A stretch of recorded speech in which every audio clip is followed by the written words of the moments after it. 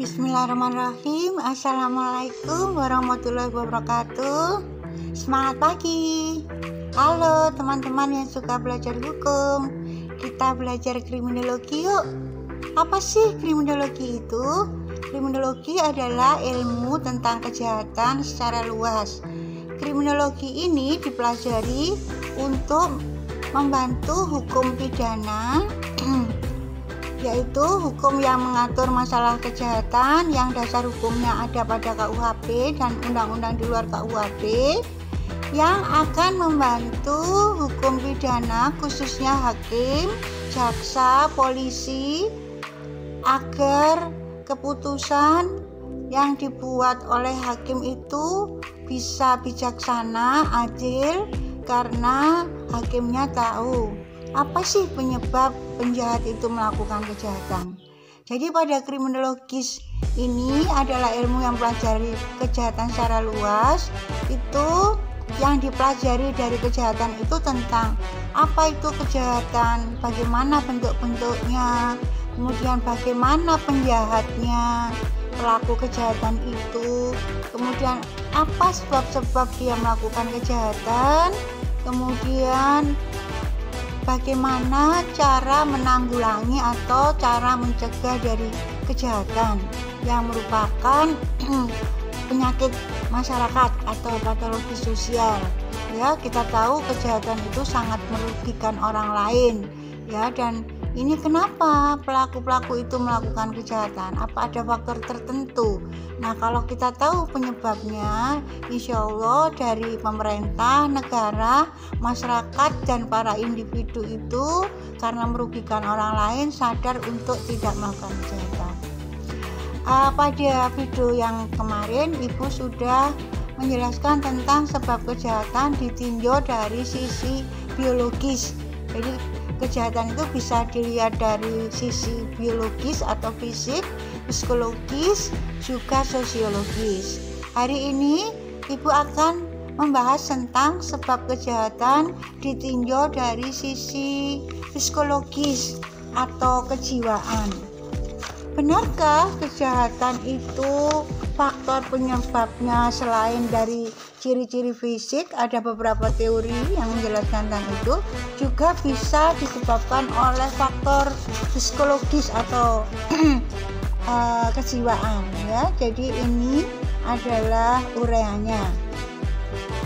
Ada satu ilmu yang disebut dengan psikologi kriminal atau masalah kejahatan ditinjau dari secara kejiwaan atau psikologis, adalah ilmu yang mempelajari ciri-ciri psikis, psiko atau jiwa pelaku kejahatan, ya, yang menyebabkan dia melakukan kejahatan.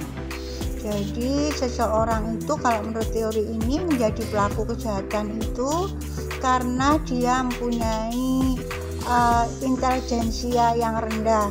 Jadi dia termasuk orang bodoh. Jadi kalau ada masalah itu dia tidak tahu solusinya. Dia hanya mencari solusi yang menurut dia, pemikiran dia yang inteleknya rendah itu dengan cara yang mudah, misalnya mengambil punya orang lain. Tetapi teori ini ada yang pro dan kontra, karena banyak orang-orang yang intelektualnya rendah, ya, tetapi karena lingkungan keluarganya baik, masyarakatnya baik, kemudian dia diarahkan untuk bisa belajar keterampilan sehingga dia tidak tidak mencuri karena dia bisa menghasilkan uang sendiri, atau diajarkan agama, akhlak mulia oleh keluarganya, lingkungan setempat juga mendukung, ada karang taruna, ada remaja masjid dan sebagainya, sehingga tidak.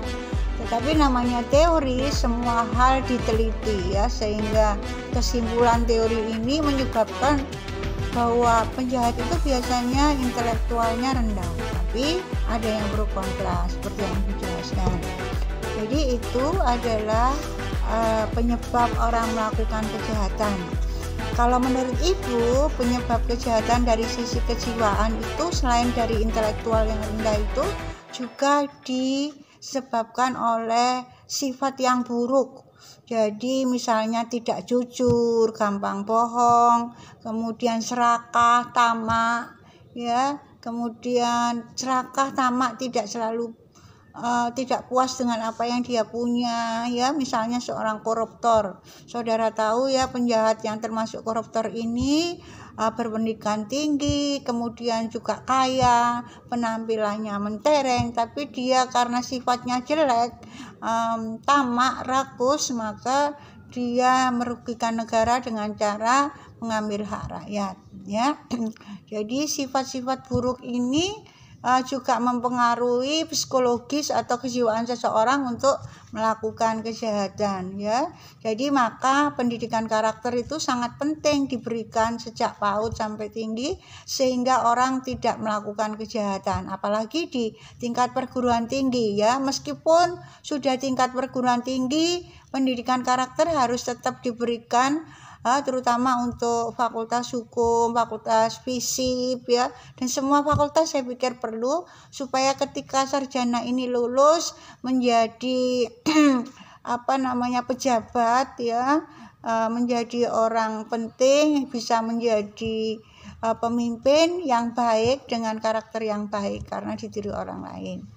Saya kira untuk tinjauan kejahatan dari sisi psikologis itu seperti itu penjelasannya, kurang lebihnya mohon maaf, ya. Jangan lupa like, subscribe, dan komen, ya, kalau senang dengan konten ini, dan saya ucapkan terima kasih.